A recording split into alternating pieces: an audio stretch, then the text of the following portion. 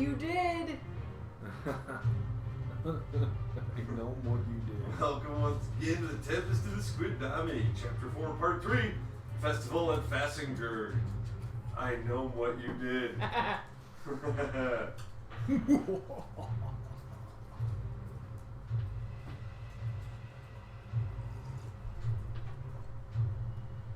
Here we are.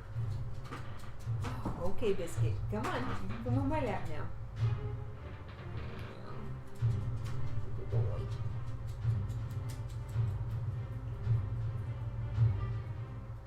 So what happened last time we played? Up goes the biscuit. The last time we played, we fought an octopus rope monster. Yep. Right off the bat.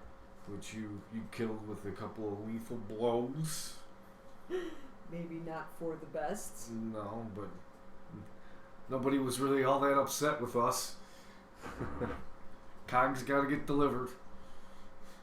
Doing what we gotta do. Right.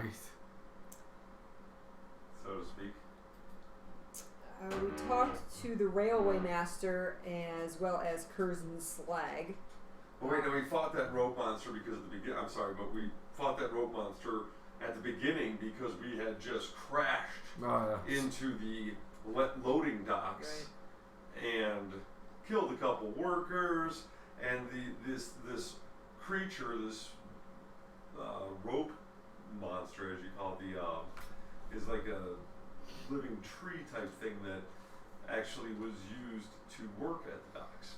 And it really kind of went rage crazy when we crashed into it and the dock and destroyed 95% of the dock. And then it tried to eat us. Yes, and then it decided that it would be a good time to start just to go absolutely maniacal and killing everything and everyone. Right. Right. And then Feed took care of that. Took care of that, stopped that from happening. Yes. Swiftly. Because it was about to eat me. Yeah, you were in its mouth. Yeah, just about, I think. And then we also lost Ram to sinning. Yeah. Yeah, he ran right away from that crash site and went immediately, took the lodestones and went and started sinning with the local gnomes. Yep. Tolly came and got him. Wanna get high? You found Tolly. Had a good time partying with Tolly. Yeah. And then we beat the engineer and then a new pilot at the local tavern. Oh, yeah, the Curzon Slag. Keeber is the engineer. His uncle is the rail master. And we had to agree to give them the majority of the credit for delivering the cog in order for them to help us. Which we ultimately, reluctantly agreed to. Yes. Are we paused again? No, we're on. Mm-hmm. Yes. Very, very ultimately and very reluctantly agreed to.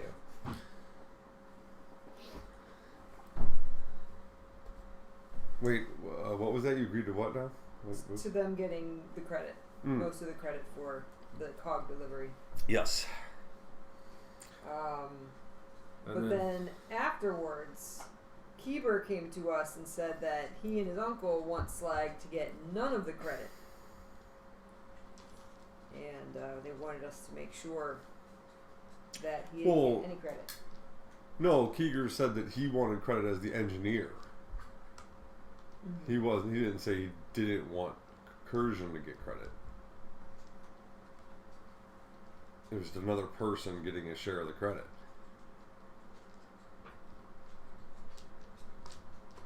They were all working together. Yeah.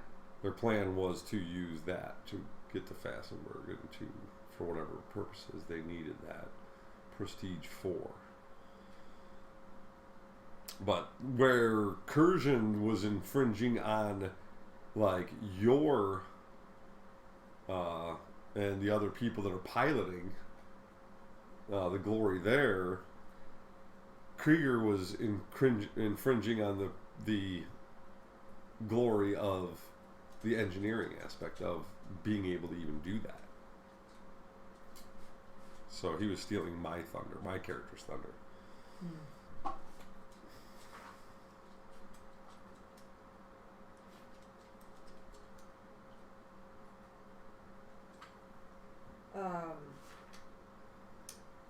We tried to get Slag to not go on the mission at all, correct?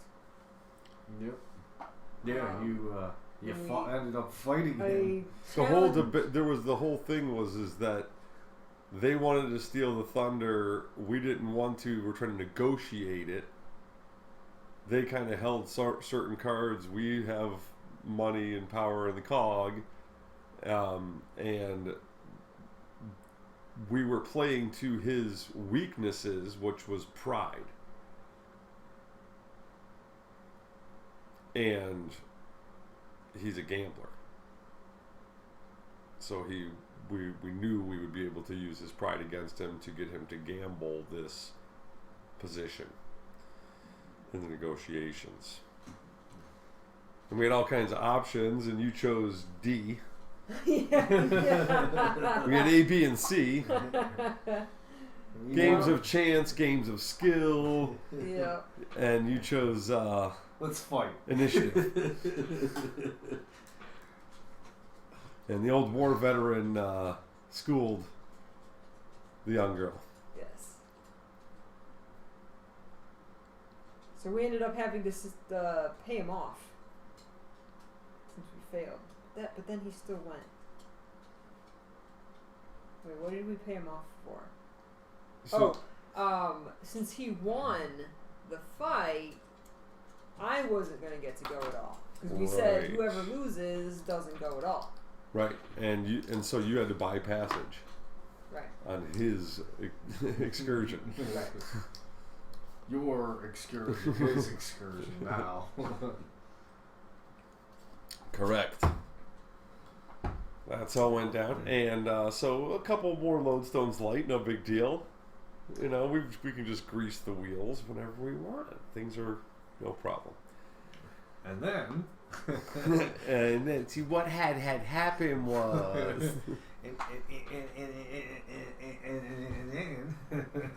and then we left. yes. Then we got everything together. We found out Zahev was still in. They're trying to figure out how to put the pump in and fix his heart. Before we left, we got word that the operation was a success. He survived. Woo! And he Yay. shall join us as soon as he can, which should be soon. Right.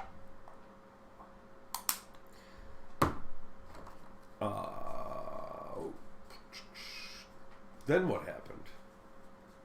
We all got everybody into the pods and came up with a new rigging, a new we had people in the front pods, we had back pods, we had 4 pods carrying it. We engineered kind of a new harness system, and then went off to Fassenberg. The trip didn't go as disastrous, well, necessarily. Depends on your perspective. Depends on your perspective. Or who you are, yeah. Individual. We failed some rolls, and Fassenberg, Slag, he was one of the pilots. There was a pod that crashed into his, and he ended up dying on the way there. Yeah. And the worker, the gnome who went to ended up dying. I like that little. Yeah, that's what happened. Sure. There was an accident, and things happen. Keeper pushed him out of the way so we yeah. could proceed.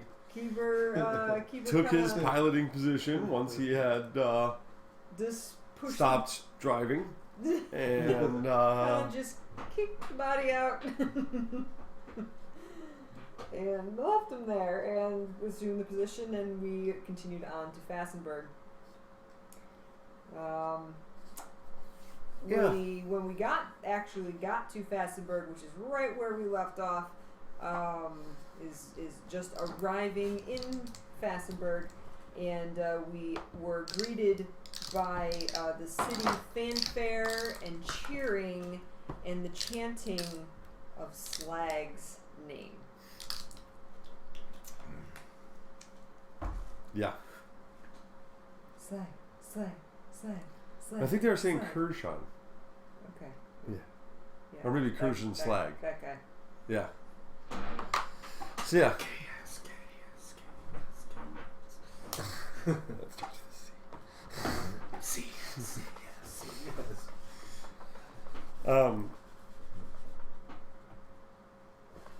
Yes, that's where we begin.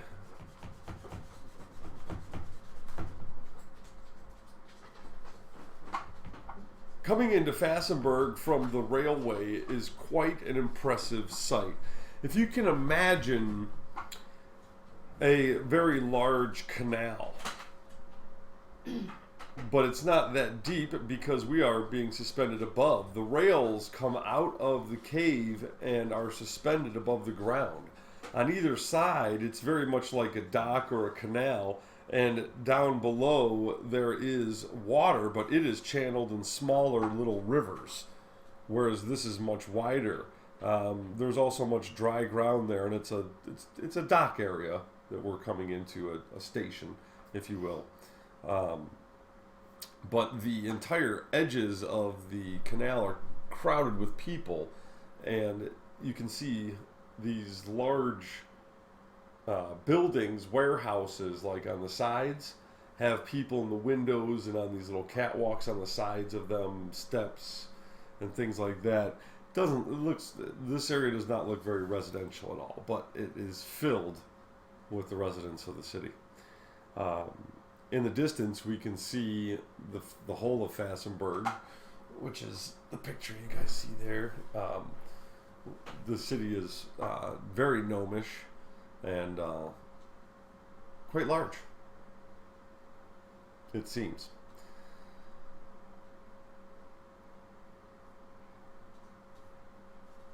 The chanting and the crowd starts to minimize more and more as we come to a slow halt. And the pod of Kursion Slag, now being piloted by Kleber,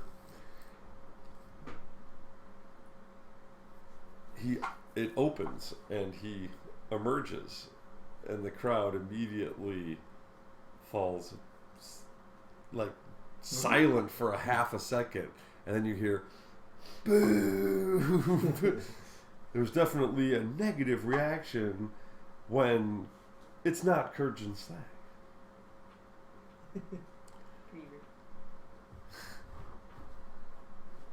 Is my face not the face of the face you wish to see? Says Krieger in his broken common. And I not need roll. Well, we'll roll a diplomacy for him, but it's not. Yeah, that's on par. I rolled a 4. That's about right. Yeah. So much for his credit, huh? Yeah. And let me roll a will save for my character because I'm feeling some cowardly social anxiety. No, but I rolled the 16. Yeah, that's 25. Yeah, that's good. Want to run away? I'm not paralyzed with fear in staying in my pod.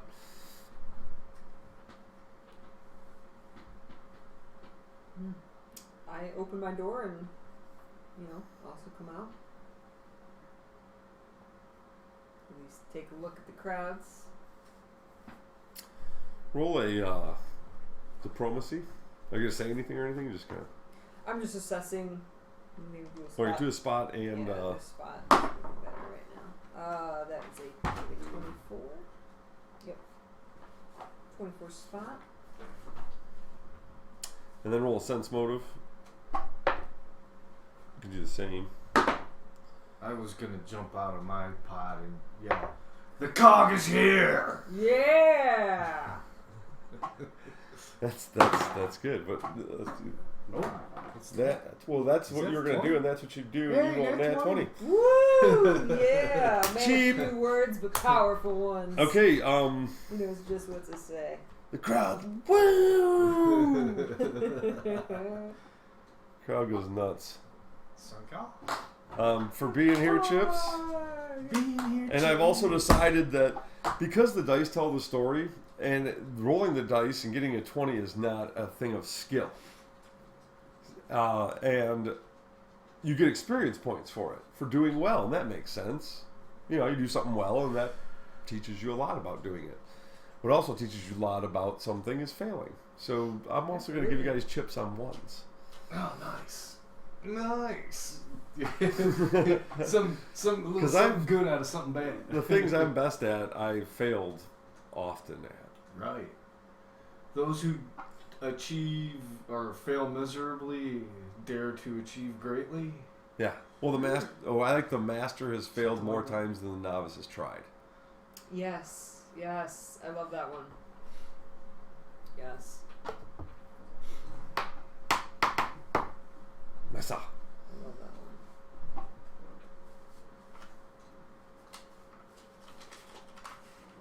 one. That's why talent does what it can and genius does what it must.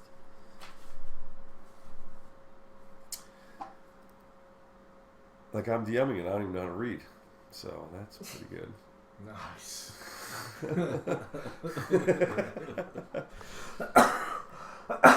Counted to infinity twice. Right.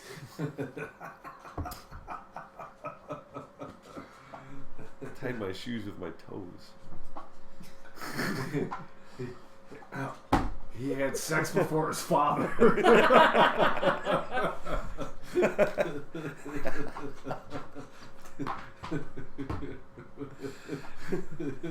Testicles lost his virginity before his father. Oh, the mighty testicles. I cannot defeat myself. I am too great. What do you think will wonder, Al? Lady of the Lake is my favorite. Oh God, she's the best. She's like one of the. And you are greeted by the Lady of the Lake. No.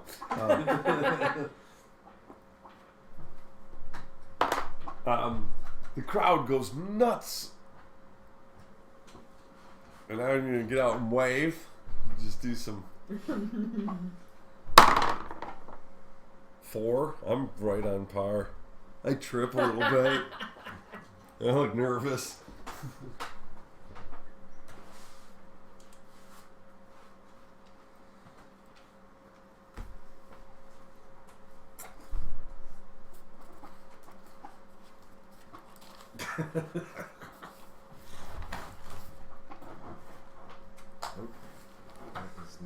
And your sense motive was what? 26. Oh, okay. Well, you notice that the crowd seems very just confused and not knowing what to do, and you hear people saying stuff like, well, "Who's that?" and "What's?" And then Stone jumps out, and they go nuts. And you can tell that they're just, a real mob mentality. They're very easily swayed, pliable. And there's a look of hope in many of the eyes of people. You also see an obvious desperation in the subtleties of the crowd's clothes, and it looks like there's definitely a lot of people here who are, they're wearing burlap shoes, and it looks real orphan, destitute looking. but there's a lot of happy, smiling, toothless faces, and they're happy to see us. But there's definitely mange. Mangy months. Is there anyone around us watching that looks well-to-do? Like, are there? Yeah, yes, there was a Okay. man standing just on the platform that we would have to walk a little catwalk to, who seems to be in weight. Okay. Once you kind of get a, All right. he has very fine clothes. He's got the thing with the little Tails. on his jacket, a little ruffled thing. Gnome? Yes, Or no, wait. This is the city of, Fassenberg. like, aren't there humans and elves and stuff? Or This it is a mix? trading city, so there's other. It's known that other people are around. That's not. They don't usually take up residence as a norm. Oh. It's still a gnome city per se.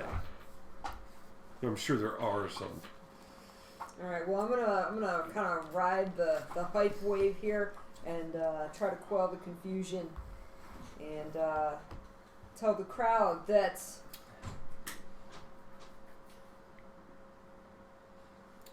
kind of reiterate what Stone said. Say the cog is here. I know you were expecting Curzon Slag. He, in fact, tried to get the cog here. Totally just trying to sway him. He could not do it. He failed. Ooh. However, we have succeeded. I say it's time to be out with the old and in with the new. Fee and Stone, the Freedom Fighters, we are the new victors. We have delivered the cog. We have delivered salvation to your city. Fassenberg, it is glorious to meet you. And the engineer, oh, I'm sorry, I totally left out Joe. Yeah. I said Joe as well. Stone, Joe, and Fee, the Freedom Fighters. Us engineers are used to it. Might as well put on And of Jordy course, visor. we could not have done it without Creeper. Roll it up. Let's do the diplomacy. Oh, that would be a 27 diplomacy. Very good. They're let's see.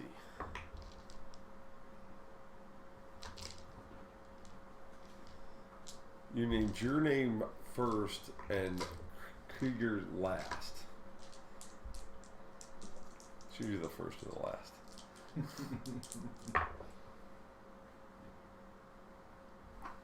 Fee. Woo! Nice. Feeder. What did they say? Raise your biscuits.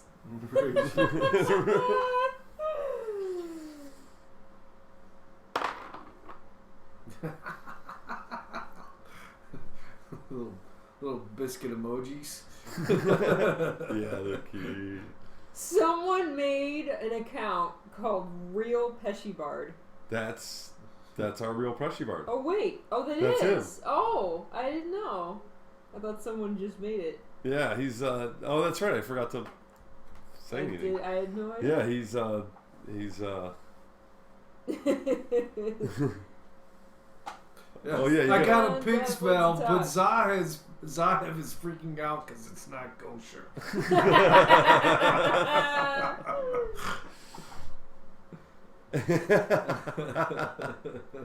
It's kosher when they do surgery. They got the sheet, and there's a hole. They do the surgery through the hole in the sheet. I guess that's back in the That makes 70s. it okay. That makes it okay. That makes it okay. Got the hole in the sheet. That's a perfect name. So yeah, you got to read off anything that Zahev says. Yes.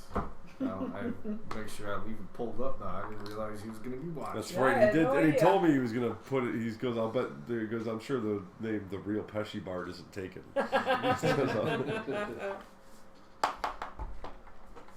Very cool. Yes.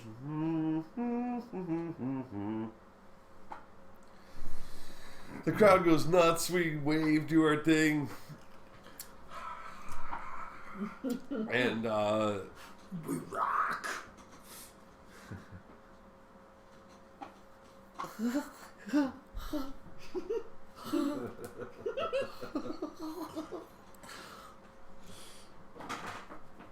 good day, Festivus.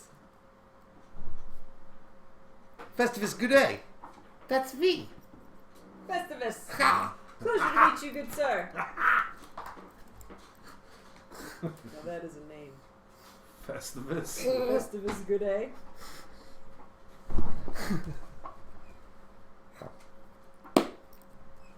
Yes.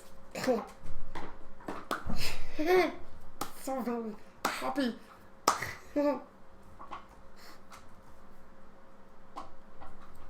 He keeps trying to form sentences, and all he can get out is his name and how happy he is that we're here, and you believe you hear him say "cog" at some point. It's an absolute pleasure to meet you, sir. Absolute pleasure. It was quite a journey to get here.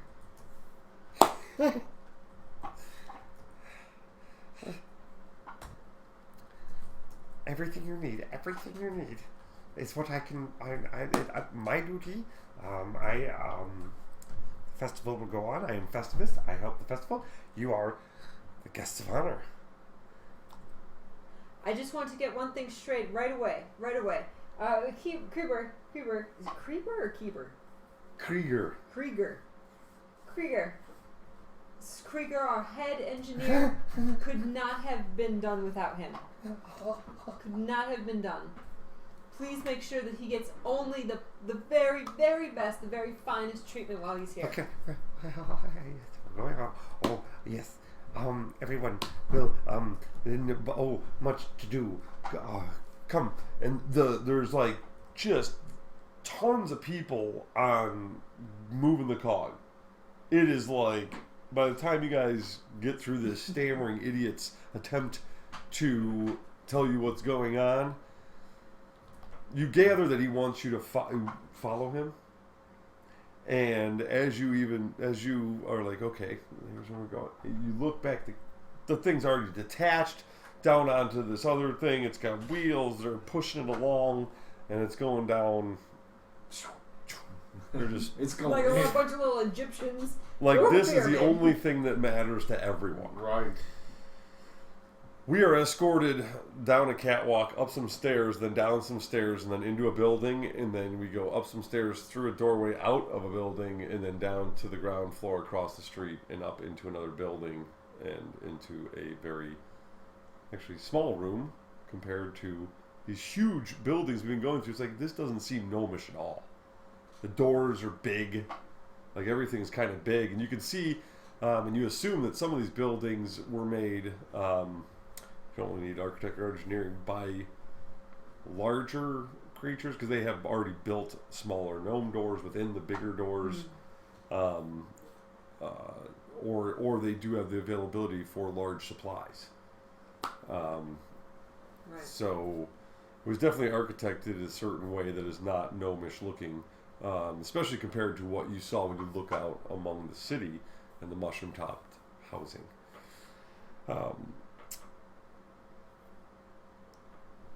In this room is a large table, similar to this. Sitting around it is a bunch of gnomes, all of which seem to be dressed in decent clothing. They don't look like they're mangy like the general populace was that we were looking at, and they all seem to be very heated in debate when we enter the room. We expect to enter each room and people are like, hey, and like a lot of people are like, oh, and especially because they're humans, a mixed group.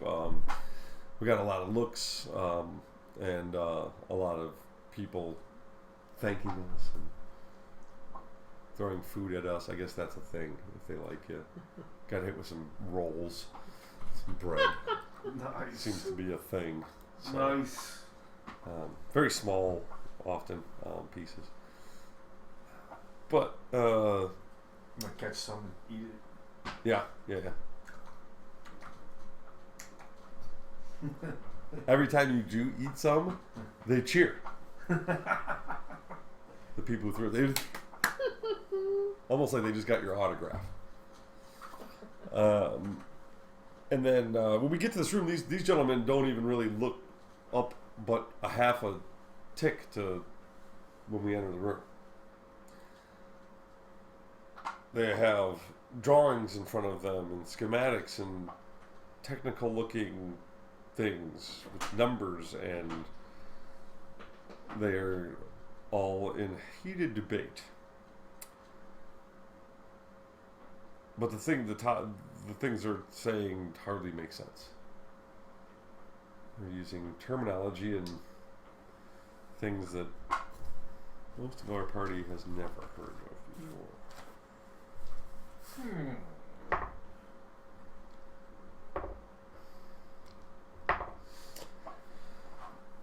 Oh yes, the Teamsters have arrived. Oh yes, quite. We are very busy here, and we need to make sure that the. Have you brought the technician to complete the cog work? If you need a technician, I've got 2 fantastic technicians right here. Yes, you've brought the one with the to solve the problem. Krieger, is that you? I will apply my face to the problem with post goodness. What is the problem? Got just the man for you, this Krieger. Best technician in the land. Right here. He can solve any of your problems. Go get him, Krieger.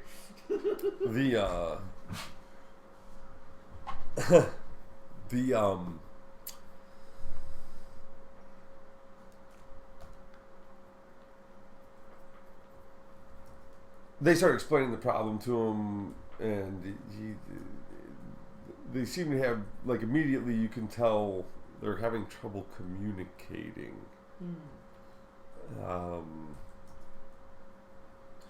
And Joe kind of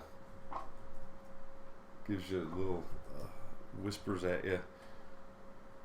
I don't think Krieger knows what the heck he's talking about. Do you know what they're talking about? Yes, I understand what they're talking about. Could you help Krieger? Assist him, make him look like the good guy, you know? See, we're in this dilemma, Joe. You were supposed to give him all the credit. I suppose I will. No, I hate to ask you to do such a thing. Oh, I'm sure you do. Our time will come. I'm going to do all I can to get us all the recognition. I'm not interested in fame or glory, I suppose. But I am interested in what they're talking about. So I guess I will get close as I can. So, get in there.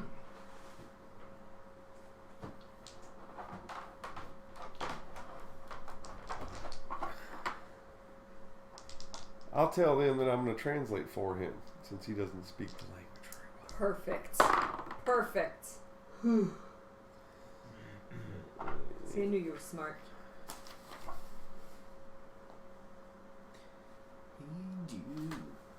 I rolled a 19. That'll work. Okay, so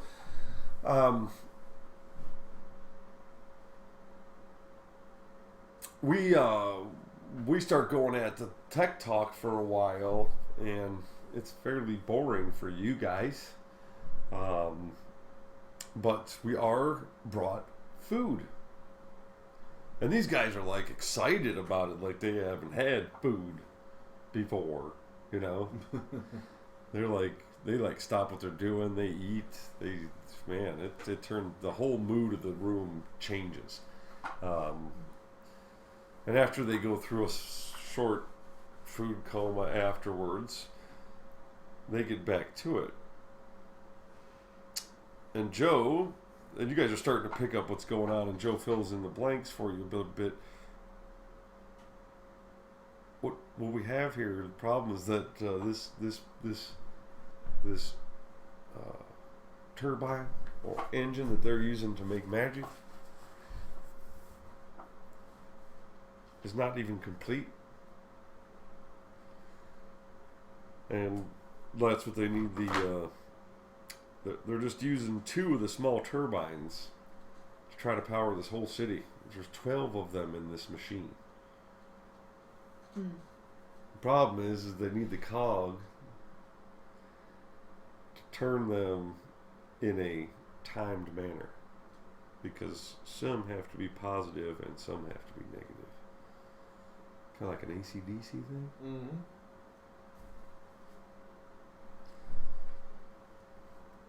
So Electricity 101 is very much like Magic 101 when it comes to generating magical powers from such a source. So this machine being set up, it is like the wheel of it's like a clock. The cog's going to go in the middle, and every hour is a turbine that turns and needs to produce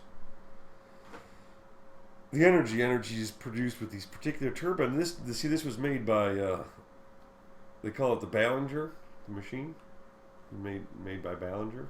Now, he died about 100 years ago. The machine technically has never been turned on. Wow. Just 2 of these turbines, they kind of, well, it's not been running. We activated a couple of these turbines in a test and to use it to get some magic. Well, we did get some magic. We got some side effects. We got some problems. And we can't exactly turn it off either.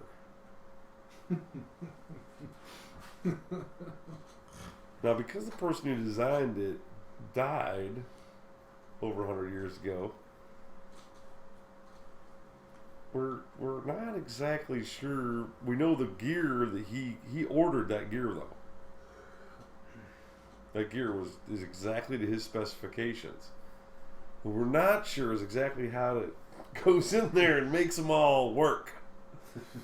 Because half of them need to be positive and half of them need to be negative.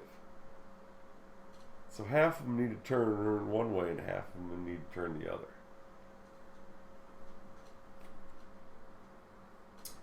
I see your dilemma. I'm trying to give it to you in the most layman terms possible. So if they've only been running the city on 2, and they've been having problems and issues with magic, are the problems and issues from them not having enough magic? Do they think Correct. that so more magic would fix the problems? That's why they want this cog. Oh yeah. So that all the pieces can turn at the same time. Correct.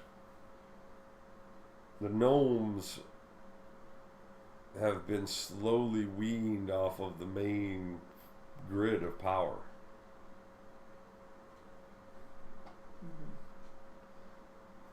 Exactly why, they don't know. There's lots of stories. That's a whole other topic. But for the last few hundred years, the supply has diminished to the point where they cannot, and they became dependent like so many others, receiving their food magically, getting rid of their waste, all the dailies, cleaning your clothes, Wiping your butt. wiping your butt, all these things. All the dailies were all taken care of through magic. Alright. And so, being dependent on that, the more magic left, the more difficult it is, and that explains the people's condition that we saw. Living in tatters. Tatters. Mm-hmm. Shoop. Shadoobie. And of course, in the years, people have come up with tons of different ways to try to produce magic and take care of these issues, and there's been many successes on small scale. And that's how they've hobbled along.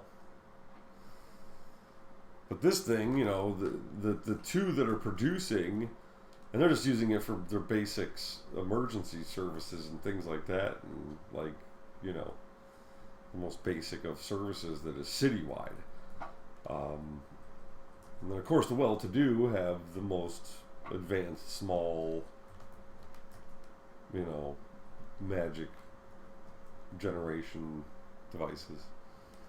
But it's like the equivalent would be like a bunch of people are using gas generators to power their homes, and the rich have that. The poor have junk, except for what's given to them, soup kitchen style. And then you got, they want to get this, you know, what would be the equivalent of like a nuclear power plant online. Supply power to the whole thing easily. Would replace the Phoenix, the grid from the Phoenix flame completely. That's why it's a big deal. So they could use this machine instead of the Phoenix flame. Oh yeah. That's why this is a huge deal. There's been political things that have made it more difficult for this to come to fruition. There's been all kinds of, you hear them start talking about topics of debate over the last 100 years of problems that have, like, technically, politically, from the, you know, this, that, and the other that have made this project very difficult to bring to the table. But here they are, and what they consider the last major piece of the puzzle, because they didn't even have the specifications for it. The specifications had been sent, and then since then had been disappeared. They didn't even know what size of the cog and how exactly the specifications it was supposed to be. They had speculated, they guesstimated. A bunch of them are saying, "Oh, I told you so." But now that they have it, it was sent to the dwarves hundreds of years ago. Now they have it. Right. I was just gonna say, can you give me that blanket, please? I'm cold. I'm sorry. What, you can't get out?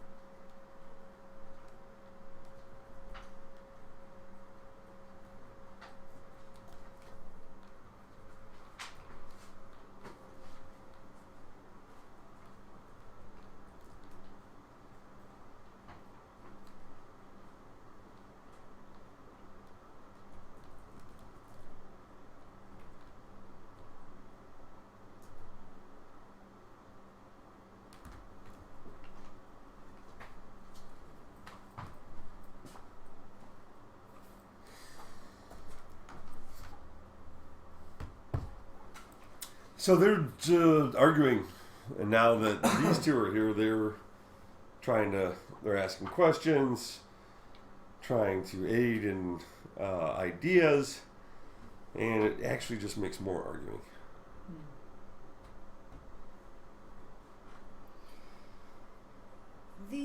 The inventor of the machine that died, is he still around as an undead? No. They wish. Of course, that'd be awesome. What happened to him? Oh, the Exodus. They believe that he was lost in the Exodus. What's the Exodus? Oh, you don't know of the Exodus? No. It's our first time here. Long ago, the undead of the United Ascensions Alliance fell mostly under control, many of them. We classified them as two different things, the unliving and the undead. And all those that were undead seemed to be under the influence of one creature who was supposed to serve in his afterlife like all the others. But he felt that the best way to serve would be to eradicate the living. And so he commanded the undead to do so. And it was, had he been able to do so, it would have been a very short fight and we would have lost. But the great mages were able to use the power of the Phoenix Flame to repel all the undead from the continent. So there was the Exodus. So he was an undead, not an unliving. Well, we all thought, the story says that he was unliving, but many say that he was undead because he left during the Exodus. But there are those who believe that he was taken by the humans to stop us from having an alternate form of power.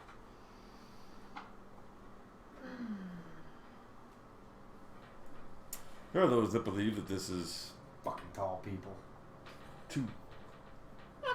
too powerful a thing for gnomes to control, is what they say. And the man at the end of the table goes, "Oh, I still have my skepticisms on whether or not this whole thing is safe at all. Look what's happened already."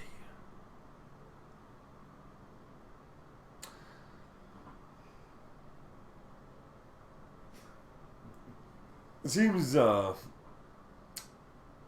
the engine itself is in a very large room that is sealed off. Like the whole building is kind of sealed off.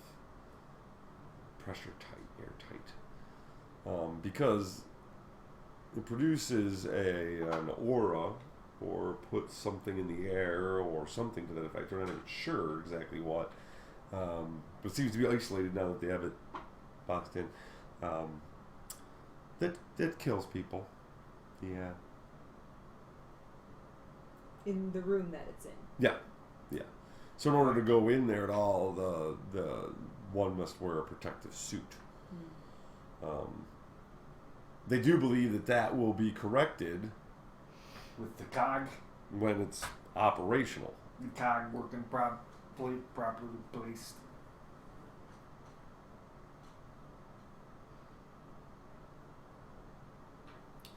So you're having these dilemmas because you don't have the original work from the original maker of the machine. Because he died, so you're not sure how to configure the positive and negative correctly. Well, they weren't sure what the cog was, the actual specification of the cog. Now they have it. Now they can theorize how exactly it's supposed to be implemented in there. Reverse engineer, if you will. But so they have the part that goes there, and because they know the specification, because the dwarves had it, if they built it to specification, Right. then it comes back and they have that. They know. Then they can try to extrapolate from that part and the rest of it that's there what they need to do to make them spin half clockwise, half counterclockwise. Mm-hmm. Oh, I missed it. Zahav said he cast message that says, "Ooh, where am I? And what did you guys do to me?" You saved your life. Just listen to the doctors. Listen to the healers. Then he says, "I'm switching to my phone because his computer died and he's going to wash his scars." Little scar washing. And Go that's do the scar washing. No, it's still a wound. It's not a scar yet. It's got to heal all the way. Right? Seriously, yeah. Stitch Take a washing. while. Stitch washing. Yeah. The wound. It'll wash the zipper. Oh. That sounds like something completely different. I've heard some old people refer to having their chest opened up like that, the stitches as zipper. Well, because a lot of times they just staple them. it, yeah. And so it looks like a zipper. Yeah. Ah. They just put a bunch of staples in there. Yeah. They probably got that from the hospital. Talking, we'll zipper them up. Yeah. Probably don't even say stitcher them anymore. Would you get Mikey's staples or stitches?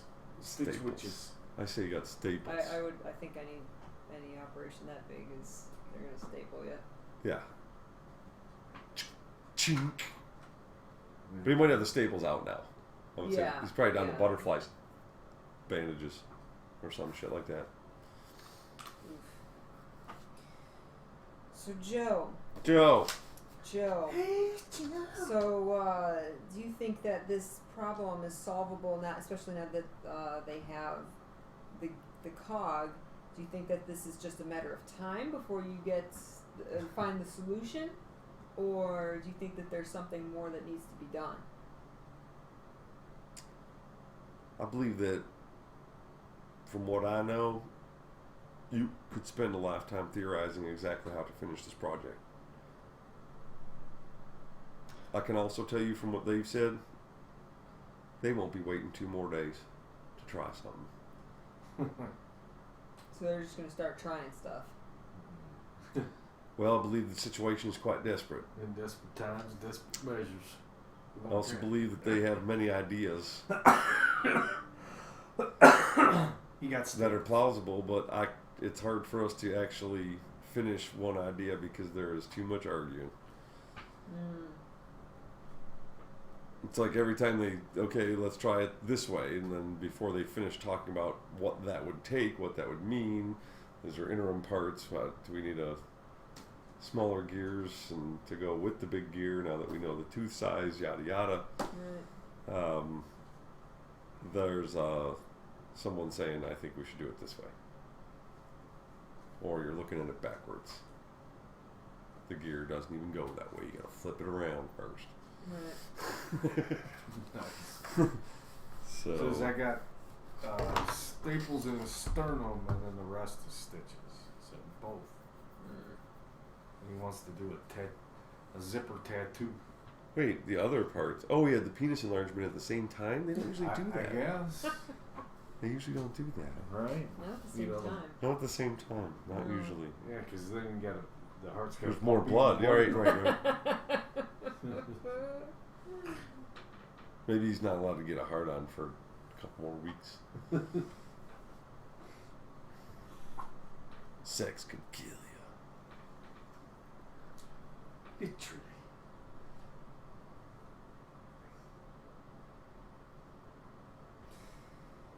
Well, that would be an awkward question. If I had something like that done, I would have to ask my doctor, when can I masturbate again? Right? it could be fatal. Right. I need to know when I'm green light. Because coffee. So the real problem, besides the technical problem, is that these guys can't actually get anywhere. They can't get up from this table and go try something, even though they're saying we're doing something tomorrow or the next day. They're not actually getting to the part where they have a plan to actually do something. Right. Yeah, and you can tell that they're all very adamant about their ideas. And there's 4 guys that seem to really think that they know what it's going to be, and everybody else just keeps lobbying for the different guys, and it's just a total clusterfuck. Well, I think you need to split them up, make smaller groups. Nope, just got my first morning wood today.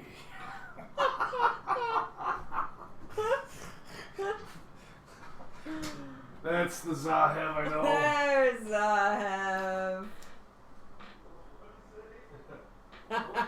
What do you say?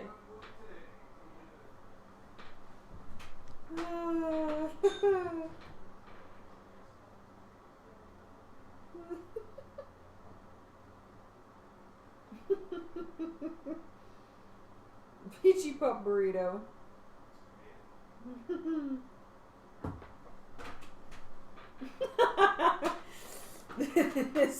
This channel is not rated PG-13. No, this is not PG-13. Not PG-13. I'm gonna go put on another sweatshirt. Be right back, guys. This is rated Mr. Peachy. Children beware, parents. Yeah. Just if you have a problem with offensive language or subject matter, what you're going to want to do. Actually, I should give you a suggestion when Peach returns because she'll probably appreciate it. No, she won't. But what you want to do, if the subject matter or the language or the topics are, too rated R, rated X for you, what you can do is just put a dick in each ear and you won't be able to hear it.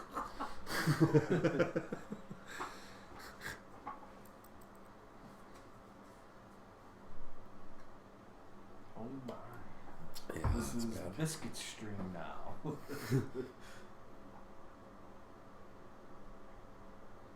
This stream is H-rated. Hide your wife, hide your kids.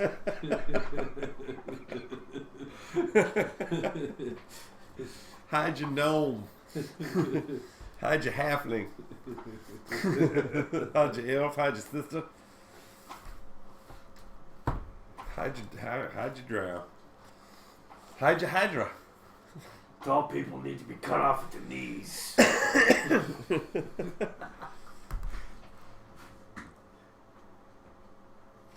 Yeah, you're gonna get to the human part of the United Central Alliance, and there's gonna be listening to the radio for the 1700th week in a row. At number one, it's short people got no reason to live. Remember that song? Yes, I do. They wouldn't play that on the radio now. No, they wouldn't. No. Politically incorrect. PC? Pushy Crusher? Yeah. That's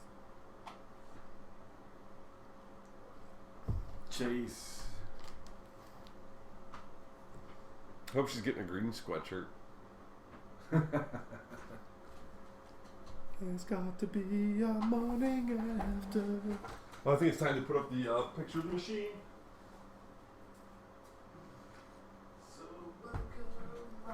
So I guess we're taking a super mini break. Super mini break. Super mini break. Super mini break. Super mini break. While we have this, we're not actually leaving. We're just kind of talking shit for a minute, waiting for.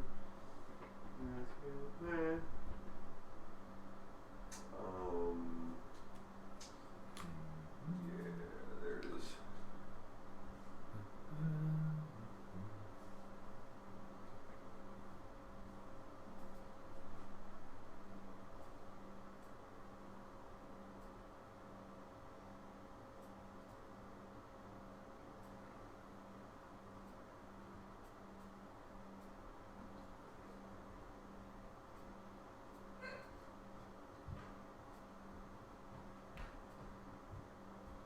The machine. Das Machine. Das much.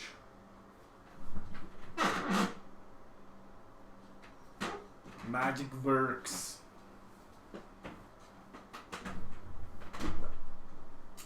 Mushrooms. Das Machine.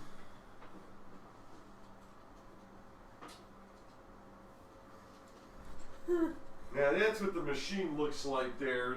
The cog goes in the front portion there. There's like a clock face on that front portion. This is kind of a looking down from the side, like from outside the building. There's like almost like fire escape. So you're kind of like looking down into the building that would be that angle to see it. You can see how big it is. It's fairly large. Now Joe is going to try to get these guys to walk through their stuff and a little bit of like pro-con thing, so you can kind of take note. Maybe we'll be able to put on paper for them with a pro-con and see if that sparks some kind of decision making. But you guys have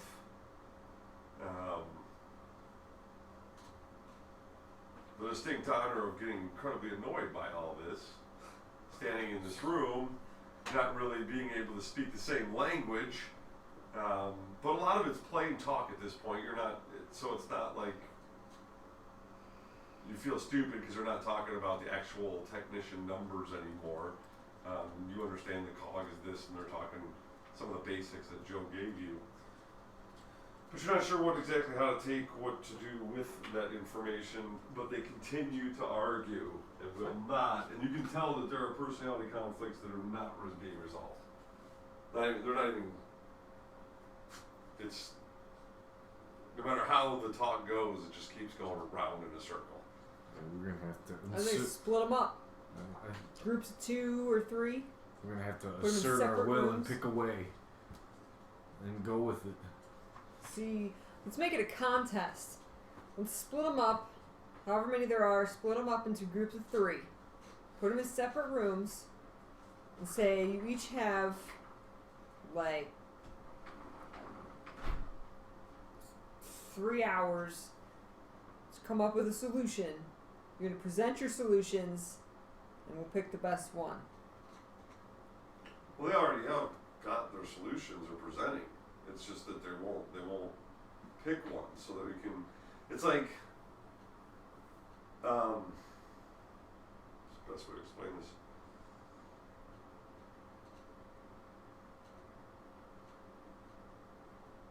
It's like you gotta make a 3-layer cake, and one guy's saying bake 3 different things and then stack them up, and one person's saying no, you bake one big thing and slice it up. And the other person says no. What you do is you make 100 little ones, and you put those together, and then you bake those.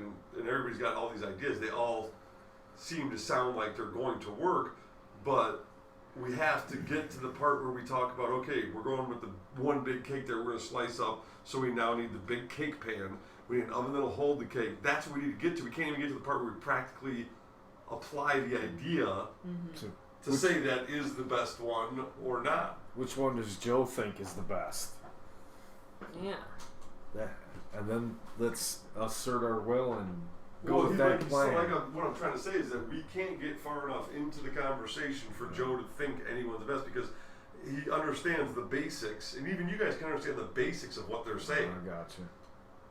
One guy's saying we need to use cogs, the other guy's saying that we need to use a tri-cog thing, the other guy says we got this cog, but we need to add, we can't even do it because, or to say we need another cog similar to this one to run the other way. And so you guys understand the basics of these things, but we don't,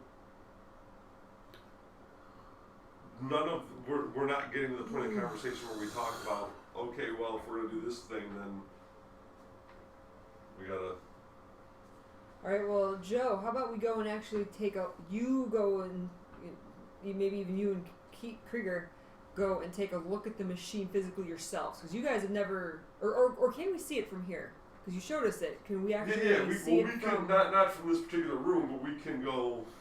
I showed you the picture because you guys went, and we all did kind of just look at it from that vantage. Right. While these guys were arguing at some point, because we've been here for now, like 6 hours. Okay. We've eaten. We've, it's been 6-8 hours that we've been doing this. And any time it just literally just gets down to the same exact conversation. We don't even know how many eggs we need to make the cake with. Okay. I still I'm sorry. I'm still standing by my idea. I don't know what. You want to split them up? I want to split them up. If there's 12 of them, then 4 groups of 3. Put them in separate rooms. Say, I want you to come up with a solution. Maybe 12 of you in the same room. That's why you're going around in circles. You need to get into smaller groups. We're going to purposefully separate the ones who tend to be arguing with each other the most and have opposite ideas. and make sure that they're split up and not in the same room with each other. And Alright, do a sense motive. Each group is gonna let's see if smaller groups can come up with one idea and present it. A 17 sense motive. Okay, you see the three main personalities that are the most annoying, and have something to say. So we split them into 3 groups. They don't work out quite even because one guy goes, I'm not going with him. Mm-hmm. So there's 3 guys over here, there's 4 guys over here, and there's 4 guys over here. And Joe and Krieger. I think Joe and Krieger should kind of oversee them all. Kind of do that teacher hopping from like one group to the next, kind of see where the general gist of the idea of that particular group's going. So they're going to kind of be the moderators, the overseers, make sure everyone's kind of staying on track. As well as if, I know we've only been here for 6 hours, but if they have their own idea that hasn't been presented, maybe a fresh perspective. I do not. Oh. Krieger and I do not have fresh perspectives. Nice. Nope. Nothing newer than what they got. That's for sure. But I do decent on my diplomacy, trying to get them to. Okay, I'll roll for the one group. You roll for the other 2.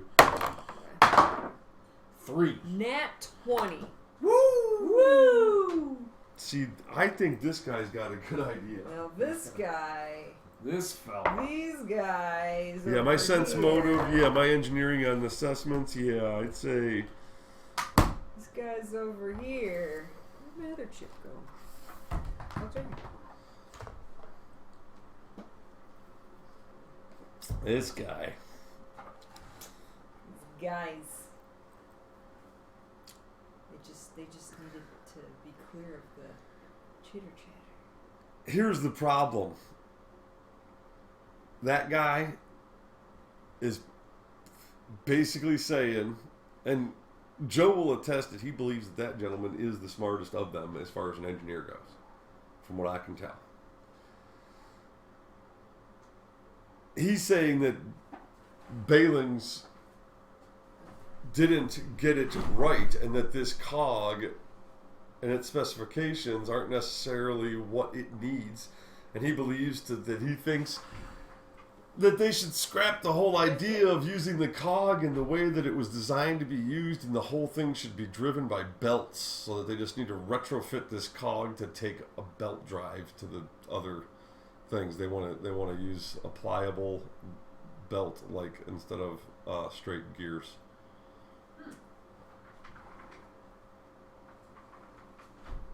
And that is very unpopular with everybody else. This is the guy that's over there buying with one other dude in his group. So he's the out-of-the-box thinker.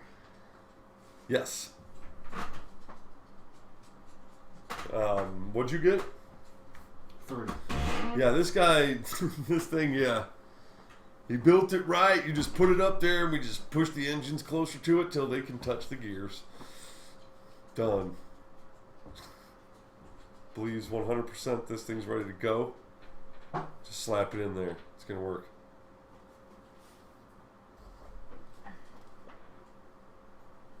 And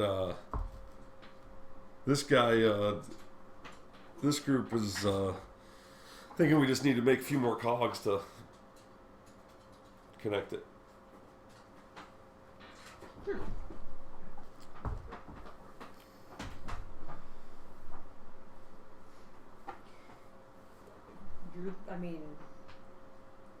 Joe and Krieger, you guys are the scientists. Do you think this is viable?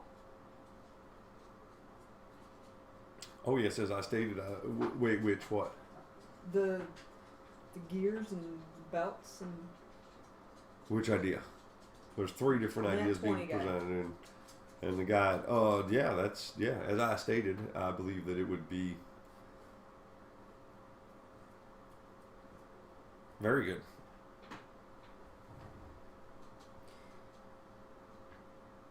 I trust you. If you think that that's it'll work. I don't think that's the issue. So then everybody else doesn't agree with it. They can't agree on anything, let alone the one that seems most unorthodox. Correct. Well, that was kind of the whole point of splitting them up. Is we were kind of going to make an executive decision. I mean, are there any laws here that say that that the voting has to be, everybody has to agree? All of these engineers it has to be unanimous? Therein lies the problem. There is no chain of command. Well, good thing we're here. Good thing we're here to take charge. It's the way it's fucking getting done. That's right. Do you want to sit and squabble, and live in poverty for another 100 years, or do you want to get something done? Pick an idea.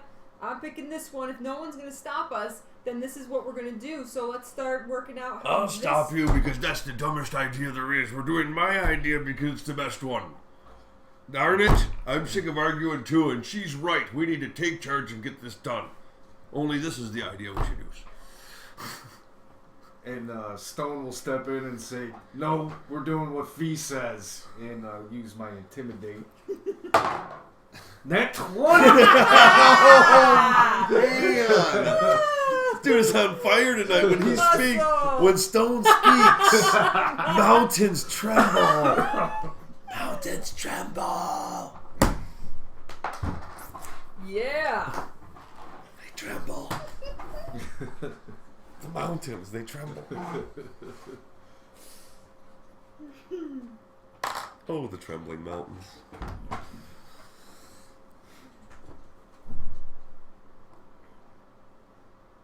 I believe he makes an excellent point, don't you guys? Yes, indeed.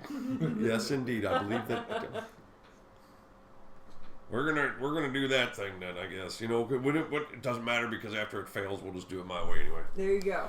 Exactly. But let's engineer it so that it doesn't fail. Well, I'll have nothing to do with your. I'm not putting my name on your failing. Very well, then you don't have to. Good day.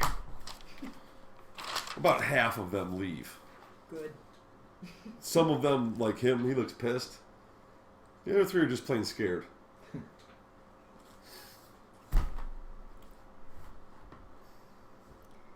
I go up to the group who came up with the idea, and as well as everybody else who stayed.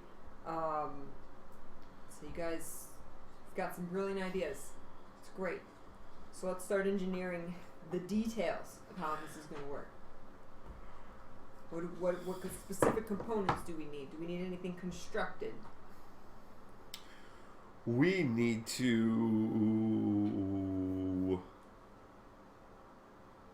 configure the turbines, the little engine deals. Fit those to the specifications that we draw up. Make sure that the timing, the clockwise, counterclockwise timing, works, and then the actual how to actually physically do it, put it in, like logistically what needs to be done. Mm-hmm. Like, do we have to take anything apart to put it together again, or whatever? Problem is that the reason that there's an actual, normally you got an engine or something like this, you can take it apart, do whatever you got to do. But problem being is that it's in use to a degree. Right. It's dangerous work, and it can't be turned off. They can't seem to do it, even when they try, and they don't even really want to because they're afraid of what might happen. But that part of it is very technical. Why that's dangerous. So the actual operation there. So we have the main tech who came up with the schematic for this, the basic theme, the idea, his partner and Joe. Krieger really doesn't know. He's really good with a wrench, I'm sure. Like maybe can put a wheel on a cart. I don't know, but so far he hasn't offered anything but to say, "My face is here by your face. We are history-making faces." Yes, Krieger. Thank you very much for your input and your really bad breath. Okay.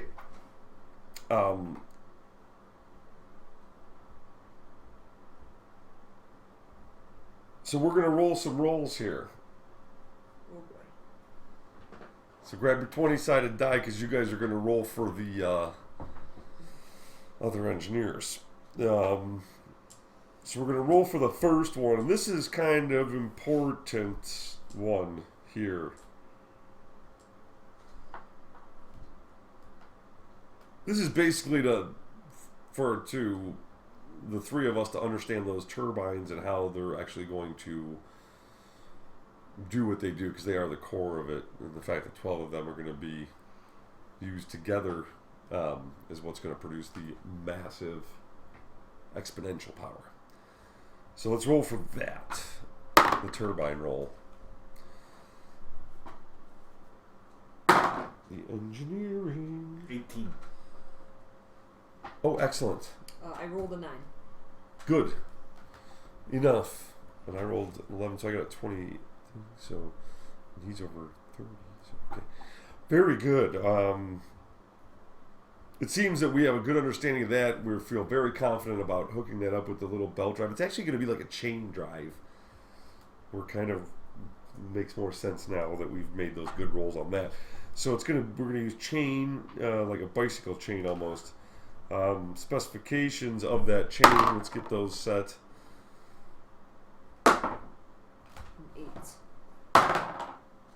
9. All right. Now my specification advice is needed. Will it be heated?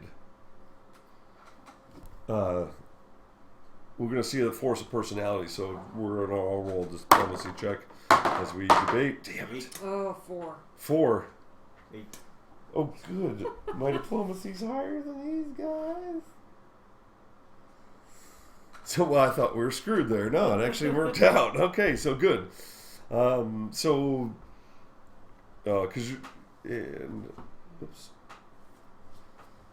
you're doing the guy, you rolled the nat 20 for the engineering guy, so you're the head guy. So, right.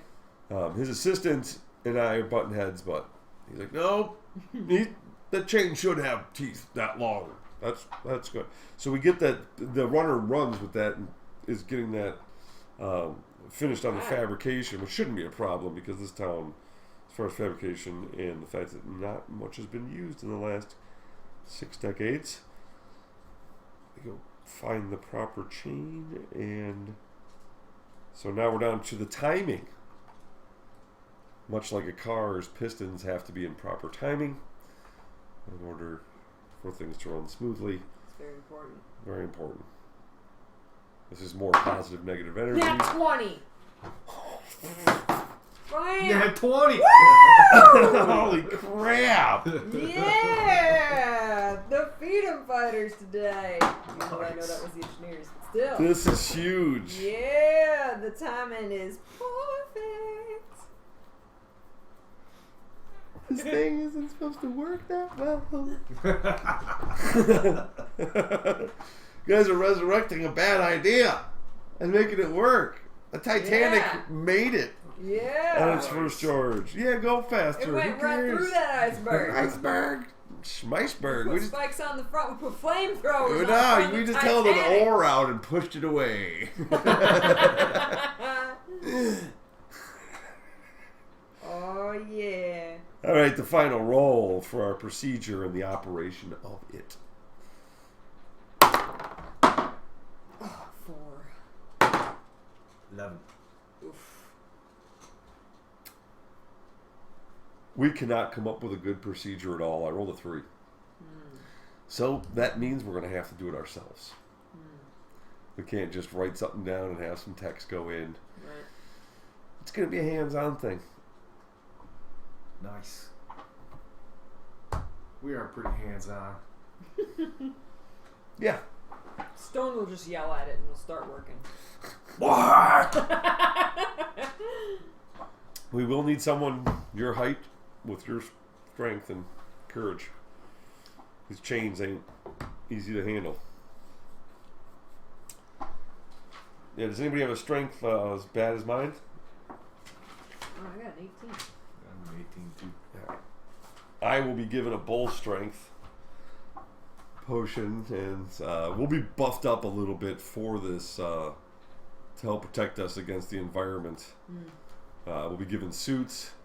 They will be equivalent of wearing studded leather as far as AC goes, but they'll also be the encumbrance of like splint mail. So medium armor, which means your monk stuff won't be the same while...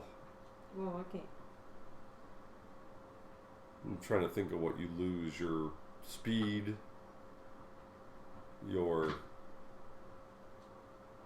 Do you lose your wisdom armor class bonus?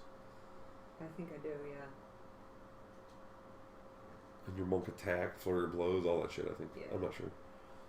But, Who cares? They see my raw strength. But yeah, we're going into, like, you know, Spaceman Craig suits. But yeah, that's the main thing is my AC drops by 4. But it gives you a 3 of armor class. Yeah. Because it's like a very multi-layered fabric, heavy canvas, and multi-layered. And it's like, you can tell when you're looking at them that there are just tons of layers of different types of fabric and stuff, and all fitted together with metal strappings and whatnot. Full headgear. Good old classic single round port view, port glass. Classic. Not unlike something like that. Going on. Right. Oh, we all got hoods. We can totally do. We got to do that when we go in there. We're gonna be all like.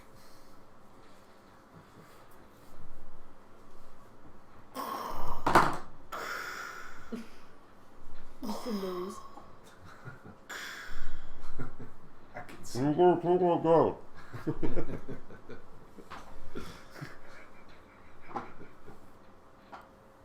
I need too much hair.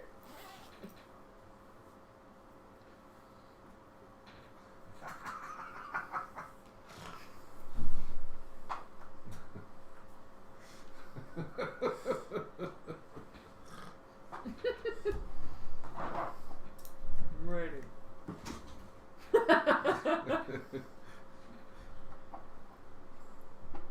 I believe I'm ready.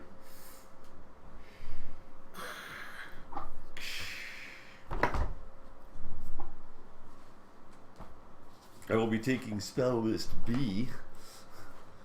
We do have a day to prepare as they get the specifications ready of the chain and the other stuff that's going to be needed. We need some chain grease.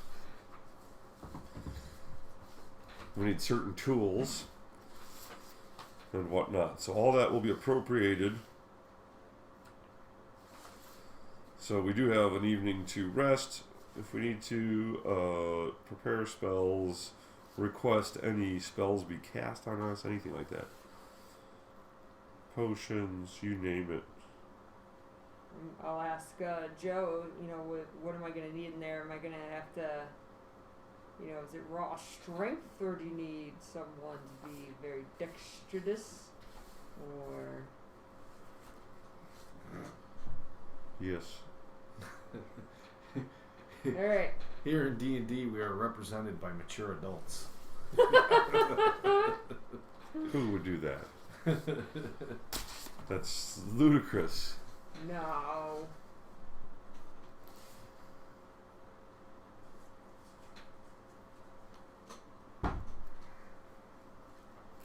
By mature, do you mean smells funny?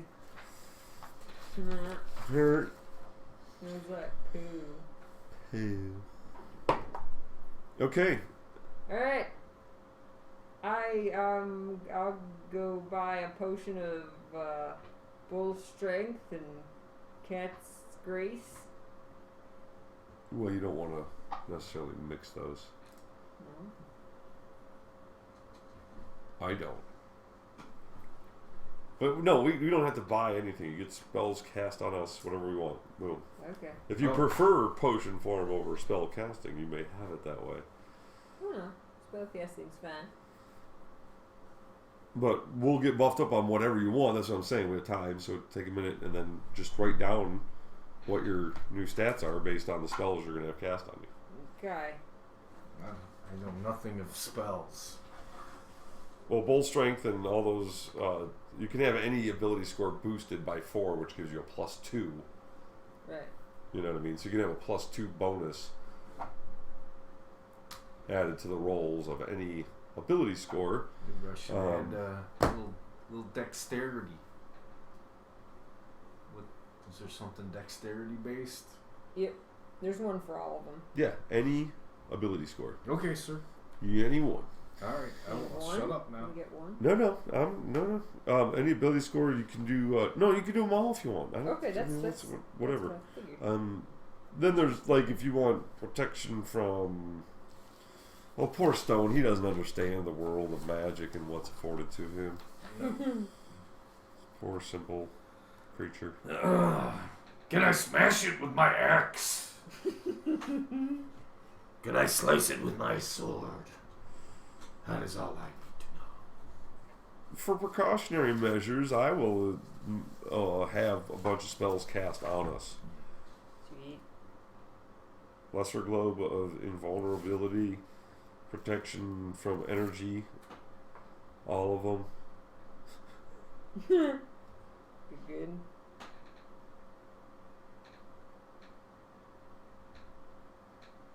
Actually,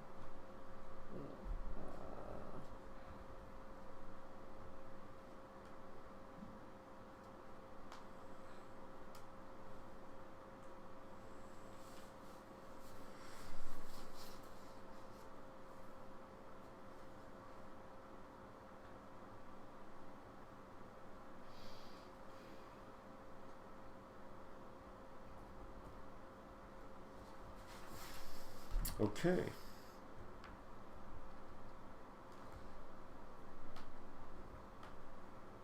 Actually, you don't have to go through all of it. I know what protections you guys will have as far as that goes, and then you guys are going to have a +2 on everything from all that. Unless you're going to add something else. that's probably the easiest way to do it. Yes.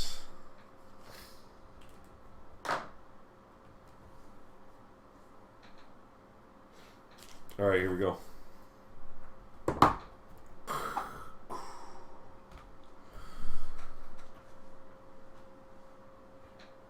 Oh, I forgot to grab that electric engine out of the garage for a big turbine.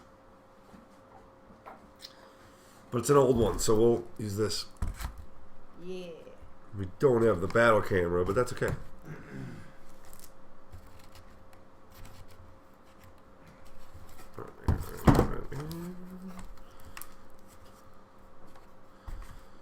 Got that big turbine thing. And there's stuff around it. Built into it.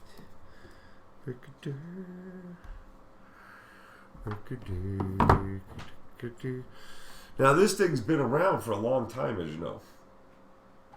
So it's a bit, you know.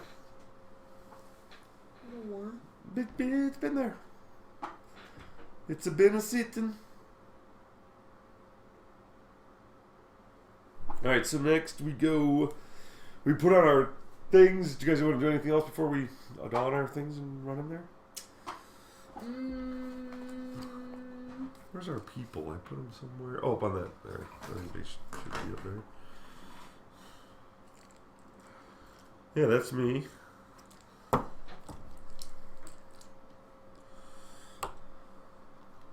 Stone. Our two gnome friends.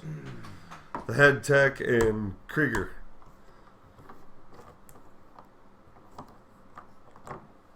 Yeah, we come in on one of those lifty things.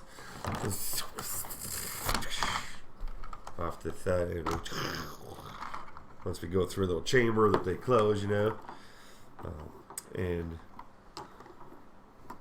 there we are. They have already got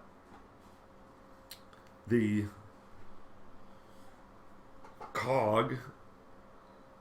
Oh, where did the cog go? I had a cog too. Oh, yeah. They already have the cog all set up on this like thing that hoists and can move it into position when we are ready. So someone will have to operate that. Which the one dude said that the Krieger says, this is where my face is best. Very good. So, with the 3 nat 20s involved in the preparation, we get here, we have a good understanding of what to do. We get here and we must assess the situation. So let's make those rolls. Assess. You guys are rolling for the engineers. Assess the situation. 12. 12. Oh, crap. Well, at least you guys did good. Okay, so. Whoops. Woo! Woo! Okay, higher is better. 95%. Nice. Oh, this in is. our favor. We get there, and even you guys can tell how this is going to work. Oh, yeah, they think they were talking. That chain's just going to go boom, boom, boom, boom, boom. Yeah. Right in front of our faces. No problem. What have you guys been arguing about? Suavius. Okay, so Krieger's got to put it in position. And it'll be up to myself and our head tech. Gimli.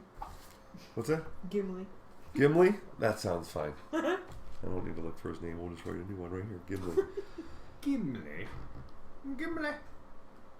Except for no, let's make it Gimli. Gimli. Gimli? He looks like a Jim. Gimli. Gimli. Can I call you Jim? Gimli. Gimli's his last name. My father's called Mr. Gimli. Mr. Gimli. Call me Gimli. Double J? Can I call you Double J? JG. JG? JG. I don't like that as much.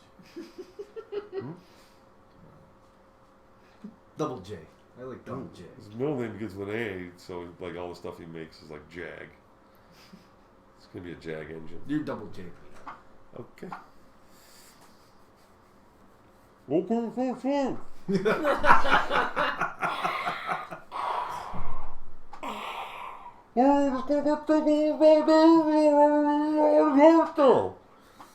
so they're gonna get Jimmy and Joey are gonna Jimmy and Joey are gonna tell you how to fasten everything up real good, like, okay? So you guys are gonna do a lot of the labor. They're gonna do it. They're gonna make sure you're doing it right. It's all good. It's a pretty simple procedure. You know what I'm saying? Makes sense now more than it did in the other room. We didn't roll so well with the procedures. Right. Right? Right. Okay, so let's do this. We got 12 to do. 12 to hook up, okay? Eh? 12. There's 4 of us, right? Yep. So that's 3 each. Okay.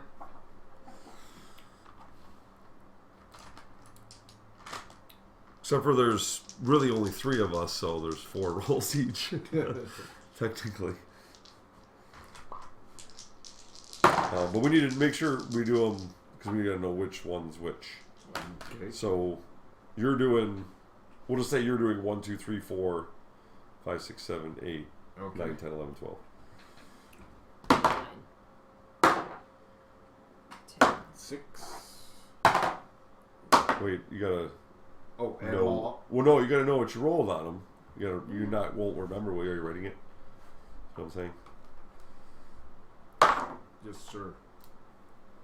Because I ain't paying attention.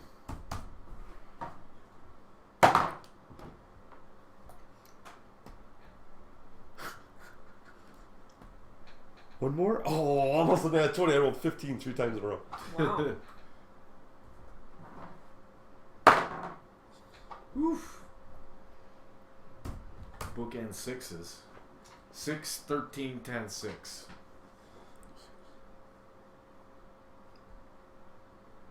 5, 16, 9, 16. Wait, nah.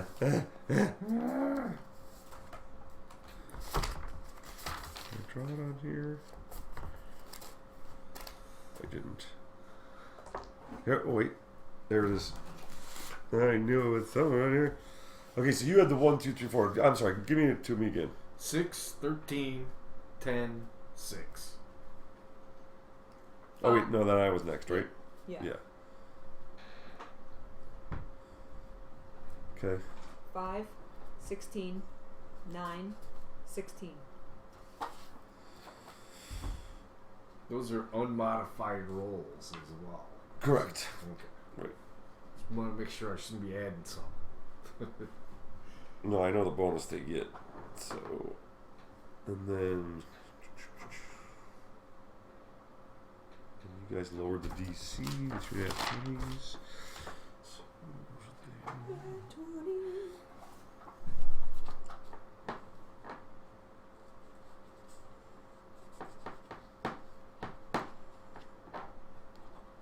Okay.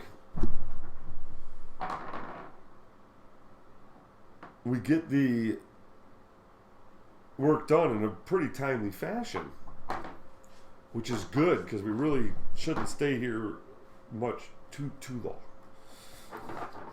long. But once this thing's going, theoretically, things should be better. So, this construction has been around for hundreds of years at working at partial capacity, never actually running at its full use. We've configured it where fire in it basically just starts running the second we finish because it's already kind of turning. It's like we put the last one onto the moving thing and it's like kick 'em on. So let's do this is a big roll. Big roll.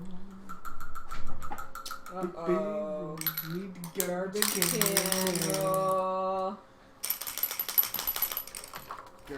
Now, we have some big differences in some of our numbers here and how we geared it up. So the initial timing is not going to be right.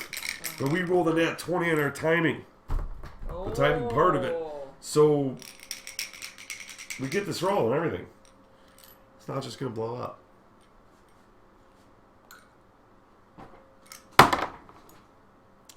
A 10. Double digits. 10.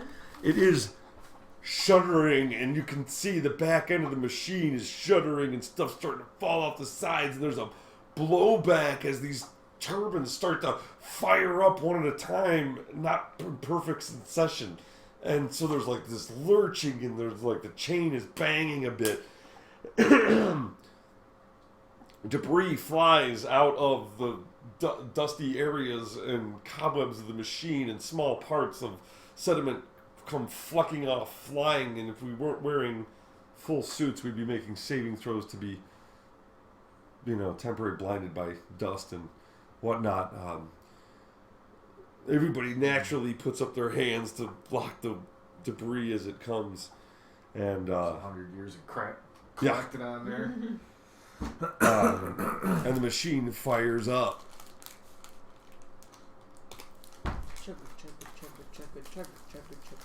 Everybody roll a listen and spot. Ooh, my listen sucks. My spot sucks. 3s on both. I rolled 3s. Sorry, biscuit. Ooh. A 20 listen.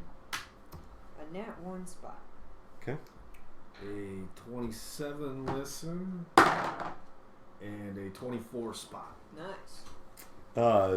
The technicians and myself and you and Kirk are all marveling at this thing and just like, whatever. Kind of checking it out, looking at it.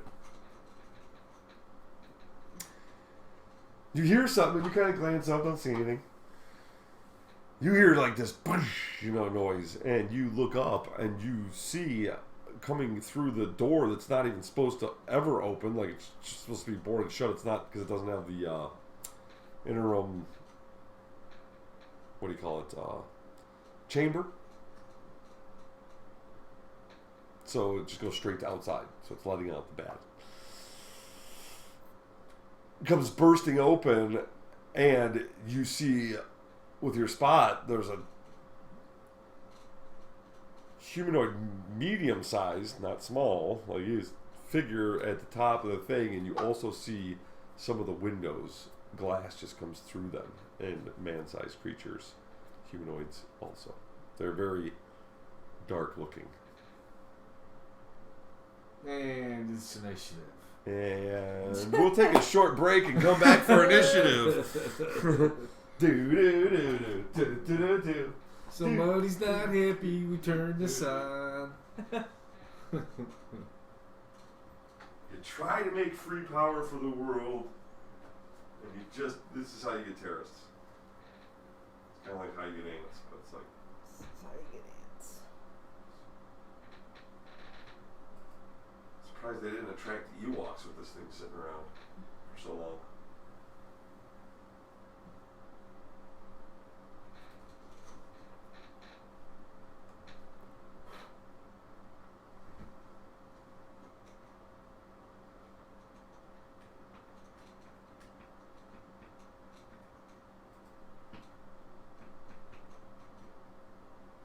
We'll be back